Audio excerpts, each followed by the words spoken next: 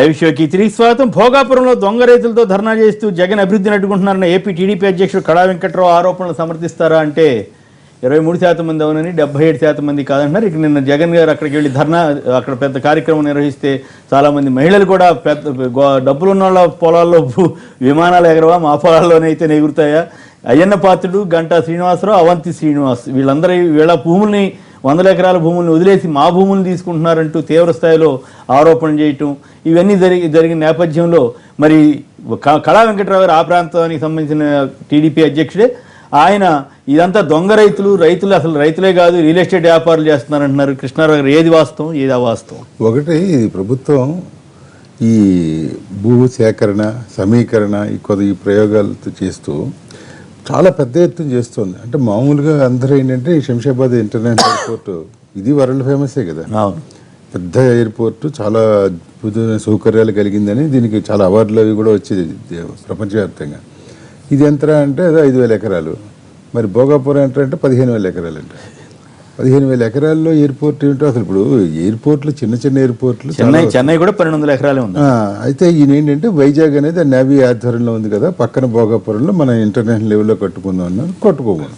మరి దాని 15,000 ఎకరాలు ఎందుకంటే ఈయన ఏమంటాడు, ప్రతి దానికి హబ్బు, దాని పక్కన ఇంకో పబ్బు, ఇలాగా మరి అవును మరి పబ్బు అంతే. మరి ఇప్పుడు పబ్బులు లేవా ఎయిర్పోర్ట్ లో? అన్నిటికీ నడవాలి కదా వాళ్ళకి.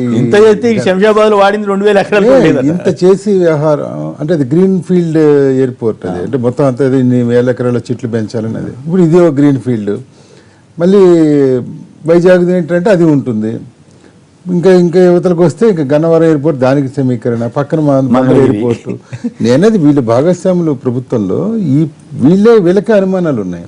భారతీయ జనతా పార్టీ అధికారంలో భాగస్వామ్యం వాళ్ళకే అనుమానాలు ఉన్నాయి. ఏంది ఇన్ని 1,000 ఎకరాలని?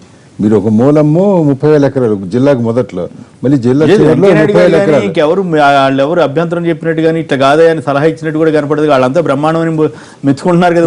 నాకైతే హరిబాబు గారి నాయకత్వంలో ఉన్నటువంటి భారతీయ ఆంధ్రప్రదేశ్ హరిబాబు గారు కూడా ఎప్పుడు విమర్శించలేదు. నేను అనుకోవడం ఇది చేయాల్సి నాట్ వెరీ మచ్ కాదు. దాంట్లో చంద్రబాబు లైన్ ఉన్న వాళ్ళేమో వ్యతిరేకించట్లా, సోమవీర్రాజు గారు వాళ్ళంతా వ్యతిరేక లైన్ ఎకరాలు తీసుకుంటున్నారు. బీజేపీ 2 గ్రూపులు చేశారు. హరిబాబు గారు అయినా ఇద్దరు కూడా భారతీయ జనతా పార్టీ బతకాలని కోరుకుంటున్నారు. మీరు వాస్తవా? నేను 2-3 పాయింట్లు చెప్తే మళ్ళీ మీరు ఇబ్బంది పడతారు.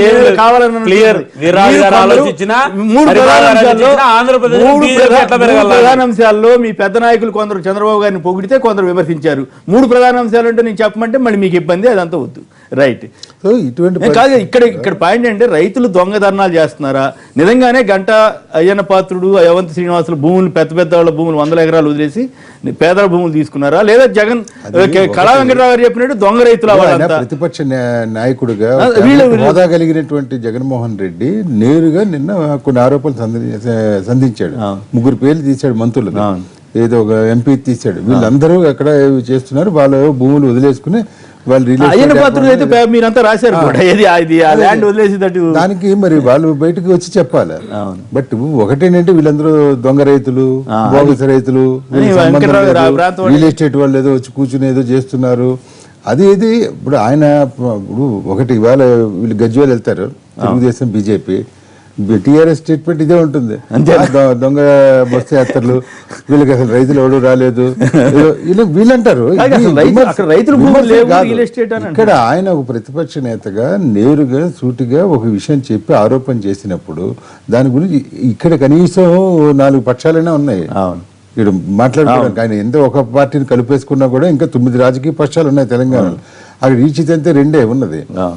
ఈ పక్షాలతో ఆయన మాట్లాడాలు, సంప్రదింపులు అనేది అసలు అక్కడ అలవాటే లేకుండా అయిపోయింది.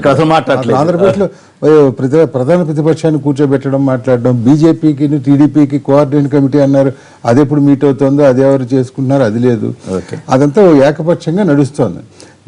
ఇప్పుడు ఇలాంటి వ్యవహారం వచ్చినప్పుడు when it is going to be law and order problem, if not now tomorrow, government responsibility. ఇక్కడ ఏం గవర్నమెంట్ కి మనం సూక్తులు ముక్తి ఇవి చెప్తున్నామో అక్కడ అదే వర్తిస్తుంది. వాళ్ళు ఏదైనా పిలిచి చెప్పి ఇది వాస్తవం అని చెప్పాలి. బందర్ పోర్ట్ అప్పుడు అలాగే 15,000 ఎకరాలు అంట. అదే అక్కడ టౌన్షిప్ ఏంటండి ఇంకా ఎక్కువ కదా, ఇంకా ఎక్కువ అంటే టౌన్షిప్ 15,000 ఎకరాలు అన్నారు. మరి కాదు ఇప్పుడు సముద్రం నుంచి వచ్చి ఓడలు ఒడ్డును నిలుస్తాయి. మరి ఒడ్డున 35,000 ఎకరాలు ఫర్ టౌన్షిప్ కూడా ఉందట మళ్ళీ. అంటే అప్పుడు దాన్ని చెప్పారు ఇలా టౌన్షిప్ ఉండాలి, అక్కడ ఇది రావాలి అది రావాలి, ఊరికే వాళ్ళ నుంచి సరుకు దించేసుకుని పంపించేయడం కాదు, దానికి ఏదో చెప్పాం హబ్బులు పబ్బులు వ్యవహారం అని. ఇవన్నీ అవ్వాలంటే అక్కడ 35,000 ఎకరాలు అక్కడ. ఇక్కడ చూస్తే అమరావతి 35 అదో నడుస్తుంది. ఇలా తీసుకునే ముందు కన్విన్సింగ్ గా ఉంటే ఏదైనా రైట్. మీరే మాట్లాడు ఇప్పుడు సంక్షిప్తంగా మాట్లాడు. ఎయిర్పోర్ట్ కట్టొచ్చు, ఎయిర్పోర్ట్ కావాల్సిన భూమి తీసుకోవచ్చు, కానీ వేల ఎకరాలు తీసుకొని ఒక ప్రతిపక్ష పార్టీ ఒక ఆరోపణ చేస్తే ఆరోపణకు సమాధానం చెప్పాలి, కానీ ప్రత్యారోపణ ఏంటంటే ఇది దొంగ రైతులు, ఇది చేయడం అది చేయడం. ఆయన నిర్దిష్టంగా నలుగురు యొక్క ప్రమేయం ఉందని చెప్పాడు. ఆ నలుగురు మాట్లాడండి, దాన్ని వెంకట్రావు గారు సమాధానం చెప్పే బదులు ఆ నలుగురు ఉన్నదా లేదా, లేకపోతే మీలాంటి మీడియా వాళ్ళకి నిర్ధారణ చేసి అందులో వాళ్ళది ఎంత ఆల్రెడీ రాస్తున్నారు. మీడియా వాళ్ళని ఎందుకు, మీడియా వాళ్ళని కూడా అంచే ప్రమాదాలు ఉంటాయి ప్రభుత్వాలు. ఏ ప్రభుత్వం ఒకటే రైతులు దొంగ రైతులు అంటే ఏదో ములుగర కట్టుకొని రుమాలు కట్టుకొని దూతులు కట్టుకొని వచ్చేటువంటి స్థితి కాదు. ఇక్కడ మీరు కూడా అంటున్నారుగా ఆత్మహత్యల విషయంలో నేను అదే చెప్తున్నాను. అంటే బీజేపీ ఎన్ని రైతులు రియల్ గా ఉన్నాయో, ఎన్ని రైతు కుటుంబాల జరిగినాయో వాటి గురించి ఒక చర్చ. రెండోది ఏమిటంటే ఇప్పుడు నేను అనేది, మీరు భూమి అక్వైర్ చేయండి. అక్వైర్ చేసేటప్పుడు సుప్రీంకోర్టు కానీ గవర్నమెంట్ ఆఫ్ ఇండియా కానీ కొన్ని విధి విధానాలు, ఎక్కడైతే గవర్నమెంట్ భూమి ఎక్కువగా దొరుకుతుందో, ఎక్కడైతే కల్టివేటబుల్ కాదు అది చూడాలని చెప్పి. అది కాకుండా చెప్పండి, ఆ ముగ్గురికి జగన్ ఆరోపించినట్టు ఆ ముగ్గురు పెద్దవాళ్ళకి డబ్బులు భూములు ఉన్నాయా?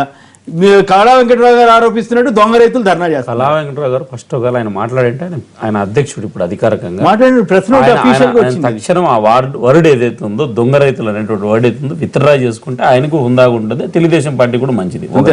ఖచ్చితంగా 100 అన్రూల్డ్ గా వాళ్ళు 100 రూపాయలు విత్డ్రా చేసుకోవాలి. ఆయన అది తెలుగుదేశం పార్టీకి అంతా నేను ఆపాదించలేనని, ఆయన అధ్యక్షుడు కాబట్టి తెలుగుదేశం ఆయన తక్షణం రైతులకు ఆ వర్డును విత్డ్రా చేసుకోవాలి. వాళ్ళు వైఎస్ఆర్ కాంగ్రెస్ రైతుల, తెలుగుదేశం రైతుల, బీజేపీ రైతులను పక్కన పెడితే రైతును అవమానించేటట్టు మనకి ఎవరికి లేదు. 2 ఒకటి 15,000 ఎకరాలు ఇప్పటిదాకా కృష్ణారావు గారు చెప్పినట్లు ఈ దేశంలోనే హైయెస్ట్ ఎయిర్పోర్ట్ వచ్చి 5,495 ఎకరాలు మన హైదరాబాద్ ఎయిర్పోర్ట్. రెండో అతిపెద్దది ఢిల్లీకి సంబంధించిన ఎయిర్పోర్ట్, అది ఉండేది కూడా 5,200 ఎకరాలు మాత్రమే. అయితే ఒకటి 15,000 ఎకరాలు అనేటువంటిది భారతీయ జనతా పార్టీకి మేము కూడా ఏకీభవించాం. అయితే ప్రభుత్వం ఇప్పటికైనా సరే దాన్ని ఒకసారి పునరాలోచించుకోవాలి. రైతులకు మెరుగైనటువంటి ప్యాకేజ్ ఇచ్చి వాళ్ళని ఒప్పించి ఎంత అవసరమో దాన్ని మాత్రం యూటిలైజ్ చేసుకుంటే బాగుంటుంది అనేటువంటిది మా పార్టీ అభిప్రాయం. రైట్. అంతేగాని దీంతో ఫస్ట్ ఈ దొంగ రైతులు అనేటువంటి పదాలు ఎవరైతే ఉన్నారో ఏ పార్టీ కూడా మాట్లాడద్దు. ఇది అసలు రైతులు అవమానం చేసినటువంటి ఆర్డర్. దాని విషయంలో ఇప్పుడు కళా వెంకటరావు గారు అయితే ఖచ్చితంగా వివరణ ఇస్తే బాగుంటుందని నేను అభిప్రాయం. రైట్. భోగాపురంలో దొంగ రైతులతో ధర్నా చేస్తూ జగన్ అభివృద్ధిని అడ్డుకుంటున్నారన్న ఏపీ టీడీపీ అధ్యక్షుడు కిమిడి కళా వెంకట్రావు గారి వ్యాఖ్యలను సమర్థిస్తారా అంటే 23% మంది మాత్రమే అవునని, 77% మంది కాదంటున్నారు. SMS పంపించిన వారందరికీ కూడా ధన్యవాదాలు. కృష్ణారావు గారు, విష్ణువర్ధన్ రెడ్డి గారు, గండ్ర వెంకటరామరెడ్డి గారు, అలాగే నోము నరసింహ గారు, అందరికి కూడా ధన్యవాదాలు. ఈరోజు రాష్ట్ర మంత్రి తలసాని శ్రీనివాస్ యాదవ్ గారు పుట్టినరోజు, వారికి జన్మదిన శుభాకాంక్షలు. 1994లో మొదటిసారిగా శాసనసభకు ఎన్నిక, ఆ తర్వాత 4వసారి మొన్న టీడీపీ పక్షానికి. దేశ చరిత్రలోనే టీఆర్ఎస్ ప్రభుత్వంలో ఒక తెలుగుదేశం మంత్రిగా రికార్డు సృష్టించిన శ్రీ తలసాని శ్రీనివాస్ యాదవ్ గారికి జన్మదిన శుభాకాంక్షలు.